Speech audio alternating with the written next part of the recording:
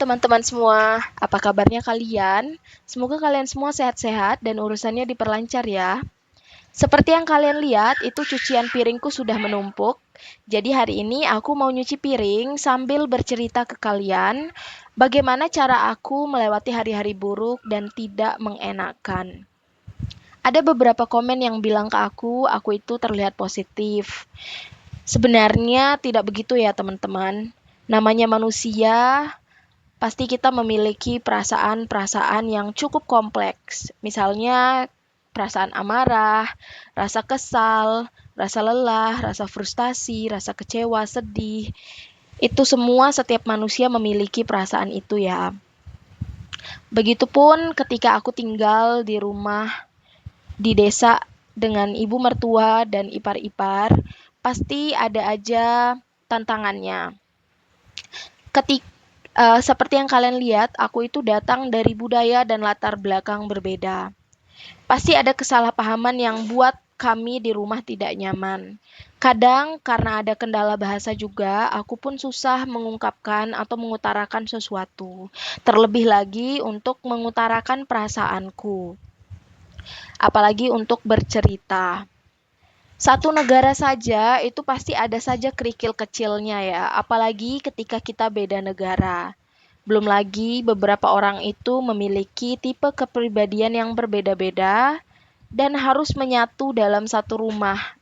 Itu tidak bisa dipungkiri bahwa pasti ada saja kesalahpahaman yang ditimbulkan. Tapi aku percaya dengan seiring berjalannya waktu, kita akan menemukan cara sendiri untuk beradaptasi. Mungkin keadaan tidak akan pernah berubah. Mungkin budaya dan kultur dan personalitas atau kepribadian orang tidak akan berubah. Tetapi cara kita menghadapinya yang akan berbeda. Semenjak kerja dulu pas masih di Indonesia, aku sudah tidak tinggal dengan keluargaku lagi. Bukan karena aku tidak sayang lagi dengan keluargaku, tetapi aku ingin belajar untuk hidup mandiri.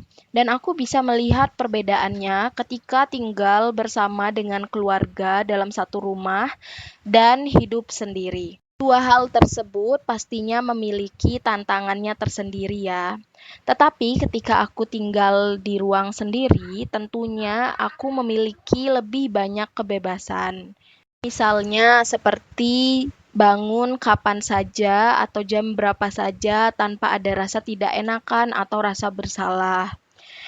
Mau masak apa saja, bagaimanapun caranya, tanpa memikirkan selera orang lain.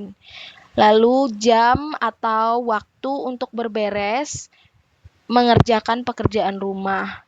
Bahkan cara mengerjakan pekerjaan rumahnya pun itu semua berdasarkan atau dengan cara yang kita mau. Tapi kalau kita tinggal dengan orang lain, maka kita harus mengikuti kebiasaan mereka ya yang sudah terbentuk sejak lama. Kita harus belajar untuk menurunkan ego kita dalam menerima kebiasaan yang sudah terbentuk di dalam rumah tersebut dan harus mengetahui bahwa kita adalah orang baru di rumah itu.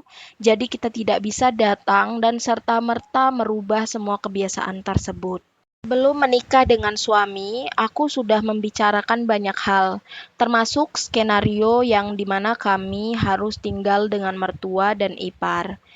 Tinggal dengan keluarga sendiri dan suami itu pasti ada enak dan tantangannya ya teman-teman.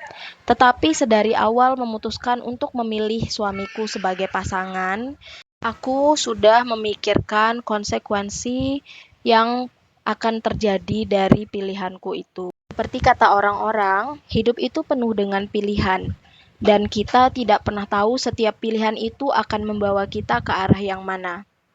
Menurutku, hidup itu terlalu berharga jika hanya dihabiskan untuk menyesali kejadian, kondisi, atau pilihan-pilihan yang telah kita buat. Banyak sekali kejadian itu berada di luar kendali atau di luar kontrol kita sebagai manusia.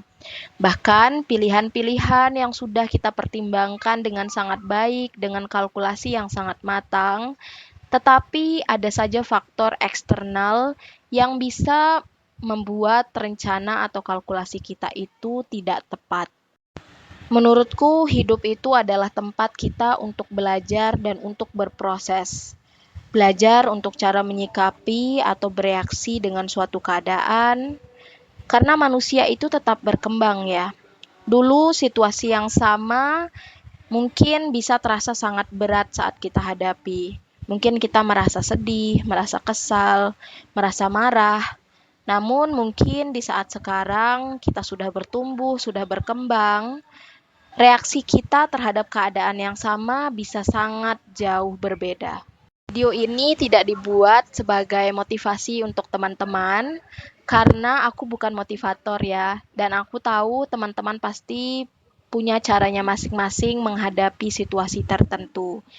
Di video ini aku hanya ingin berbagi cerita tentang pandanganku akan sesuatu dan bagaimana cara aku menyikapi keadaan-keadaan tersebut yang membuat aku bertahan sampai sejauh ini. Ada yang bilang, aku kan sarjana, mengapa aku tidak bekerja saja daripada memilih menjadi ibu rumah tangga?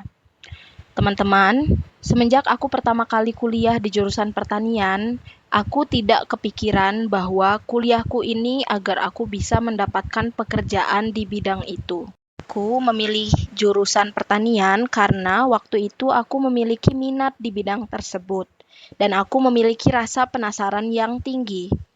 Dan menurutku, universitas atau perguruan tinggi itu adalah tempat untuk bertumbuh, mengubah cara pandang kita menjadi lebih logis dan ilmiah, mengasah kemampuan kita untuk berpikir lebih kritis. Dulu ketika di kampus, aku bergabung dengan klub debat bahasa Inggris. Banyak yang beranggapan mengapa aku menghabiskan banyak waktu di klub tersebut. Tetapi ternyata klub itu adalah wadah yang mengubah banyak cara aku berpikir atau cara pandang aku dan juga cara bereaksi terhadap sesuatu. Itu adalah bagian dari pengalamanku yang cukup berharga. Pada akhirnya, karena dari pengalaman di klub debat itulah aku mendapatkan pekerjaan sebagai customer service untuk klien orang luar. Aku mungkin tidak akan mendapatkan pengalaman tersebut jika aku tidak bergabung di klub tersebut. Menurutku, bukan ijazahnya yang penting, tetapi proses aku mendapatkannya. Perjuanganku untuk bisa wisuda, teman-teman yang aku temui, pengalaman dan pembelajaran yang aku dapatkan itu sangat banyak membantu dalam pembentukan karakter atau biasa disebut character development yang membuat aku menjadi seperti sekarang. Tidak ada kamus atau aturan baku untuk menjalani kehidupan ini. Mungkin aku lulusan pertanian, tetapi aku bekerja di bidang customer service. Lalu sekarang aku menjadi ibu rumah tangga dan berpenghasilan lewat YouTube. Mungkin selanjutnya aku bisa berjualan donat di India. Bisa aja kan? Semua itu sah-sah saja. Cuman bagi sebagian orang itu tidak ideal. Tetapi kata ideal sendiri itu pun sangat subjektif. Bisa berbeda untuk tiap-tiap orang. Dan hidup itu terlalu singkat jika dihabiskan untuk mengikuti standar orang lain. Intinya, apapun yang kita lalui sekarang, mari kita jalani sebaik mungkin. Be presentable, sambil menyiapkan yang terbaik untuk masa depan. Sehingga apapun yang akan terjadi di masa yang akan datang, kita telah melakukan yang terbaik hari ini. Semoga kalian terhibur dengan videoku kali ini ya. Mohon maaf kalau misalnya videonya malah ngalur ngidul. Tetapi itu aja yang bisa aku sharing pada video kali ini. Semoga teman-teman terhibur dan semoga kalian semua sehat-sehat. Thank you for watching and see you in the next video teman-teman. Bye-bye.